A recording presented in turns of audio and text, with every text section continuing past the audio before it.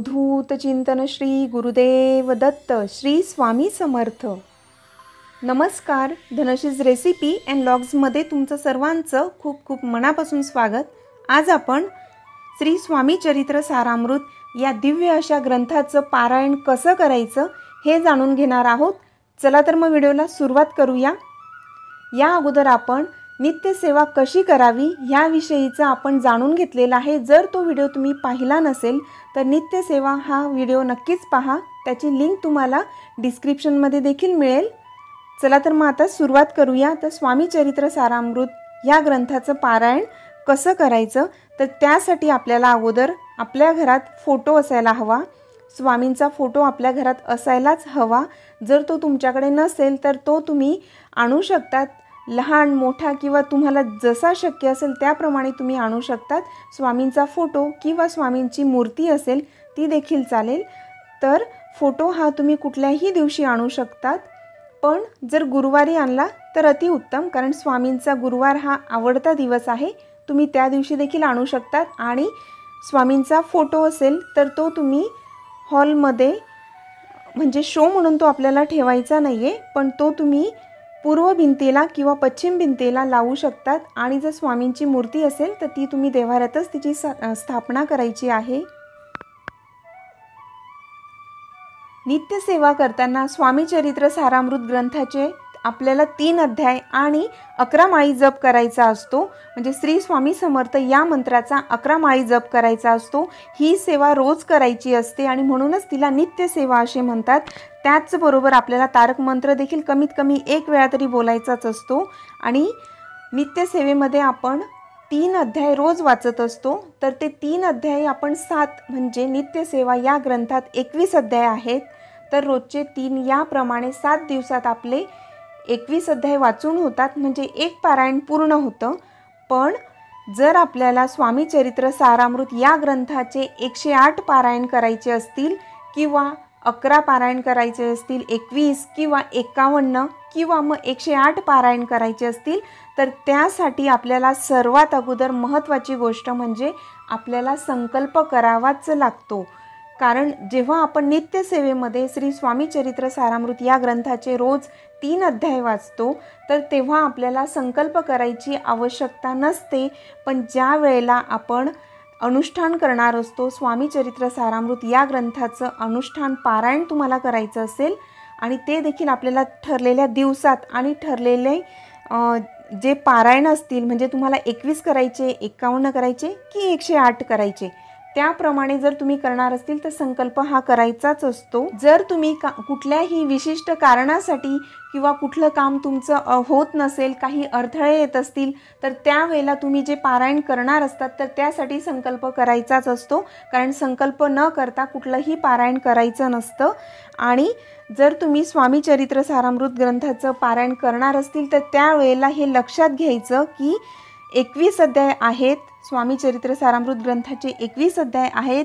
तर ते 21 अध्याय पूर्ण वाचले म्हणजे एक पारायण होईल किंवा एक पाठ पूर्ण होतो। याप्रमाणे तुम्हाला शक्य होईल तसं तुम्ही तुमच्या इच्छेनुसार पारायण करू शकतात।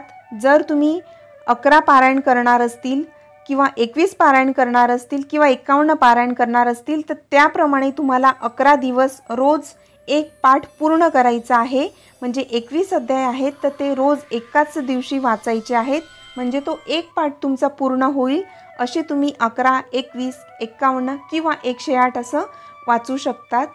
स्वामीचरित्र सारामृत ग्रंथाचं पारायण करणार असतील तर त्यावेळेला तुम्हाला काही नियम आणि ज्या काही अटी आहेत तर त्या लक्षात घ्यायच्या आहेत। श्री स्वामीचरित्र सारामृत या ग्रंथाचे पारायण शक्य झाल्यास पहाटेच करायचं असतं। सकाळी लवकर उठून देखील तुम्ही करू शकतात किंवा दिवसभरातही करू शकतात, पण दिवसभरात 12 ते 1 ही वेळ सोडूनच आपल्याला पारायण करायचं असतं। ह्या पारायणासाठी तुम्हाला पाठ वगैरे मांडायची आवश्यकता नसते। देव्हाऱ्यासमोर बसून किंवा ज्यांच्याकडून खाली बसलं जात नाही तर ते चेअरवर बसून देखील पाठ वाचू शकतात। आणि 21 अध्याय रोज वाचले तर एक पाठ पूर्ण होईल। पण काहींना एका बैठकीत 21 अध्याय वाचणे जर शक्य नसेल तर 2 भागात ते डिवाइड करून देखील पूर्ण दिवसभरात एक पाठ पूर्ण करू शकतात। जर तुम्ही 108 पारायण करायचा संकल्प केलेला असेल तर तुम्ही रोजचा एक पाठ म्हणजे रोज 21 अध्याय असा एक पाठ पूर्ण होईल, तर रोजचा एक पाठ याप्रमाणे देखील 108 पारायण करू शकतात. म्हणजे तुम्हाला 108 दिवस लागतील त्यासाठी. पण मध्ये बऱ्याच वेळा आपल्याला कुठे बाहेरगावी जायला लागतं किंवा काही सूतक असेल किंवा काही अडथळे आले तर त्यावेळेला तुम्ही तेवढे दिवस सोडून पुन्हा पुढे कंटिन्यू करू शकतात. कारण हे संकल्पयुक्त पारायण असल्यामुळे हे घरीच वाचायचं असतं, शक्यतोवर घरी वाचायचं. म्हणजे आपण जर कोणाच्या घरी गेलेलो असू, गावी गेलेलो असू तर तिथे हे पारायण वाचायचं नाही. जेव्हा तुम्ही 108 पारायण वाचायला सुरुवात करणार तर त्यावेळेला तुम्हाला उपवास करायची आवश्यकता नसते. पण तुम्ही संकल्पयुक्त पारायण करणार आहात म्हणून तुम्हाला तेवढे दिवस मांसाहार करायचा नाही. तुम्ही नॉनव्हेज खात असतील तर ते तुम्हाला पूर्णपणे बंद करावं लागेल. कारण तुम्ही जेवढे दिवस ते पारायण वाचणार आहात तेवढे दिवस मांसाहार करायचा नाही. कारण हे संकल्पयुक्त पारायण असल्यामुळे याला हा नियम कंपल्सरी आहे. आणि त्यानंतर जर तुम्ही बाहेरगावी असले तर ही सेवा तिथे तुम्ही करायची नाही. आणि 21 अध्यायचं एकाच बैठकीत वाचले तर अतिउत्तम. आणि जवळपास त्यासाठी 2.25 ते 2.5 तास लागतात. म्हणजे 21 अध्यायाचं एक पाठ पूर्ण होतो तर त्यासाठी 2 ते 2.5 तास लागतात. पण तुम्ही म्हणजे तुमचा वाचण्याचा स्पीड कसा आहे त्यावर ते अवलंबून असणार आहे. कारण जे नित्य सेवा करतात तर त्यांचं हे अगदी तोंडपाठ झालेलं असतं, त्यांना अगदी कमी वेळात त्यांचं हे पारायण पूर्ण होतं. ज्यांना 108 पारायण करायचे असतील आणि पण ते नॉनव्हेज देखील खात असतील, कारण 108 दिवस म्हणजे बराच मोठा कालावधी होतो, तर एवढे दिवस जर तुम्ही नॉनव्हेज खाणं बंद करू शकत नसतील किंवा तुम्हाला याचा रिझल्ट लवकर हवा असेल, म्हणजे तुम्ही काही स्पेसिफिक कारणासाठी जर हे पारायण करत असतील, तुमचं कुठलं काम अडलं असेल किंवा काही मेजर प्रॉब्लेम असतील, तर त्यासाठी जर तुम्ही हे पारायण करणार असतील तर मग तुम्ही 108 पारायण करायचे असतील. आणि आपल्याला हे घर सांभाळून पुन्हा त्यात कुठे बाहेरगावी जायला लागतं किंवा काही बऱ्याच अडचणी येतात आणि हे खूप जास्तीची दिवस याच्यात जातात. त्यात काही जण जॉब करणारे असतील तर त्यांना हे शक्य होणार नाही, तर त्यापेक्षा तुम्ही मग 51 दिवसात देखील हे पारायण करू शकतात. म्हणजे पारायण 108 पारायण तुम्ही 51 दिवसात देखील पूर्ण करू शकतात. पण एवढंच आहे की तुम्हाला रोजचे 2 पाठ याप्रमाणे वाचावं लागेल. आणि म्हणजे 2 पाठ याप्रमाणे तुम्हाला वाचावं लागेल आणि मध्ये 2-3 दिवस तुम्हाला 3 पाठ देखील करावे लागतील. तर अशा पद्धतीने केलं तरी देखील तुम्ही 51 दिवसात 108 पारायण पूर्ण करू शकतात. किंवा मग जर तुम्हाला जमत असेल तर तुम्ही रोजचा एक पाठ याप्रमाणे 108 दिवस देखील पारायण करू शकतात. आणि मध्ये काही अडथळे आले, सूतक असेल किंवा अजून काही प्रॉब्लेम असतील तर तेवढे दिवस सोडून पुन्हा तुम्ही हे कंटिन्यू करू शकतात. आणि ज्या वेळेला तुमचे पारायण म्हणजे 11-21 पारायण जसे जसे ते पूर्ण होत जातील त्याप्रमाणे तुम्हाला याचा रिझल्ट नक्कीच दिसेल. अगदी दिव्य असा हा ग्रंथ आहे, स्वामी समर्थ महाराजांचा अगदी आवडता असा ग्रंथ आहे. याचं तुम्ही पारायण करा, नित्य सेवा देखील करा. अगोदर हवं तर तुम्हाला पारायण करायची इच्छा असेल पण तुम्ही हे कधीही वाचलेलं नसेल तर अगोदर तुम्ही नित्य सेवेपासून सुरुवात करा. म्हणजे तुम्हाला रोजचे 3 अध्याय याप्रमाणे तुम्ही वाचन करा आणि मग नंतर तुम्हाला ज्या वेळेला वेळ असेल व्यवस्थित तर तेव्हा देखील तुम्ही करू शकतात. आणि जर एखादं कार्य तुम्हाला साध्य करायचं असेल तर त्यासाठी कष्ट घ्यावेच लागतात. मग तुम्ही पहाटे लवकर उठून देखील रोजचा एक पाठ याप्रमाणे देखील वाचू शकतात. कारण एक पाठ वाचण्यासाठी 2 ते 2.5 तास लागतात. त्याप्रमाणे तुम्ही तुमच्या ॲडजस्टमेंटनुसार देखील हे वाचू शकतात. आणि अगदी छान आणि सोपी अशी सेवा आहे. फक्त काही 2-3 ठराविक नियम आहेत तेवढे लक्षात असू द्यायचे की नॉनव्हेज वगैरे खायचं नसतं वगैरे. आणि बस अगदी साधी आणि सोपी अशी सेवा आहे. तुम्ही एकदा करून पहा. आणि हे एकच महत्त्वाची गोष्ट आहे की हे पारायण संकल्प करूनच करायचं आहे. तर संकल्प हा कसा करायचा आणि संकल्प हा तुम्हाला एकदाच करायचा आहे. जर तुम्ही 108 पारायण करायचं ठरवलेलं असेल किंवा 21 पारायण, 11 पारायण किंवा 51 पारायण जे काही असेल त्याप्रमाणे तुम्ही ते डिसाईड केलेलं असेल तर संकल्प करताना हे तुम्हाला बोलायचं आहे. आणि संकल्प हा सुरुवातीला फक्त आणि फक्त एकदाच करायचा असतो.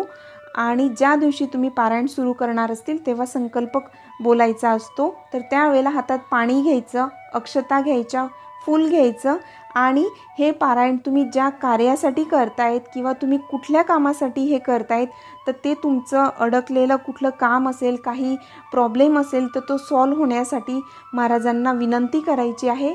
आणि हे पारायण तुम्ही किती दिवसाचं करणार आहात आणि म्हणजे किती पाठ करणार आहात आणि किती दिवसात ते पूर्ण करणार आहात, हे त्यावेळेला संकल्प घेताना हे बोलायचंच आहे. आणि की हे पारायण आम्ही ज्या कामासाठी करतोय ते बोलायचं. आणि त्यानंतर मग तुम्ही तुमचं नाव सांगायचं, गोत्र बोलायचं आणि हा संकल्प सिद्धीस नेण्यासाठी महाराजांना प्रार्थना करायची असते. आणि नंतर मग हातातलं पाणी तमानात सरळ हाताने ते सोडायचं आहे. अशा पद्धतीने संकल्प करायचा असतो. श्री स्वामीचरित्र सारामृत ग्रंथ हा श्री स्वामींच्या नित्य उपासनेतील अतिशय दिव्य आणि अगदी शक्तिशाली असा सर्व संकटांवर मात करणारा असा ग्रंथ आहे. या अमृततुल्य ग्रंथाचं तुम्ही नक्कीच पारायण करा आणि याचे अनुभव तुम्ही स्वतः घ्या. आणि ही सेवा तुम्हीही करा आणि इतरांनाही सांगा. खूप छान आणि अगदी प्रभावी अशी सेवा आहे. आणि आता गुरुपौर्णिमा येते, तर तुम्ही गुरुपौर्णिमेच्या अगोदर देखील ही सेवा सुरू करू शकतात. अगदी छान आहे, नक्कीच करून पहा. व्हिडिओ आवडला असेल तर लाईक करा, सबस्क्राईब करा आणि जास्तीत जास्त शेअर करा. अगोदरचे व्हिडिओ तुम्ही पाहिले नसतील तर ते देखील नक्कीच पहा. लिंक तुम्हाला डिस्क्रिप्शनमध्ये मिळेल. आणि जर तुम्हाला ही माहिती आवडली असेल तर प्लीज लाईक करा, कारण जर तुम्ही लाईक केलं तर हा व्हिडिओ इतरांपर्यंतही जाईल. म्हणून तुम्ही लाईक करायला विसरू नका. आणि चॅनलला सबस्क्राईब अजूनपर्यंत केलेलं नसेल तर प्लीज चॅनलला सबस्क्राईब करा.